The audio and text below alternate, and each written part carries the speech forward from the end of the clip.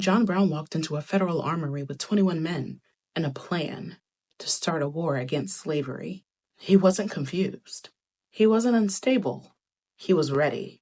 And they hanged him for doing what the government refused to do: fight for Black freedom.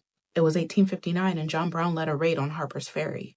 His goal: take the weapons, arm the enslaved Black people, and ignite a rebellion across the South. Not a riot, not a protest, a war. He'd spent years preparing. This wasn't some last minute act of rage. He raised money, built relationships with Black communities. He listened. He planned. He studied revolutions. And then he moved. He and 21 others, including 5 Black men, they stormed the armory. They held it for hours. But word spread. The military showed up. Some of Brown's sons were unalived. Others were captured. He was arrested, beaten, and put on trial. They offered him a chance to say it was a mistake, but he didn't take it. Instead, he said, "I'm not guilty, but I do acknowledge having done what I did. And if it's necessary that I die to end this blood-soaked system, then so be it."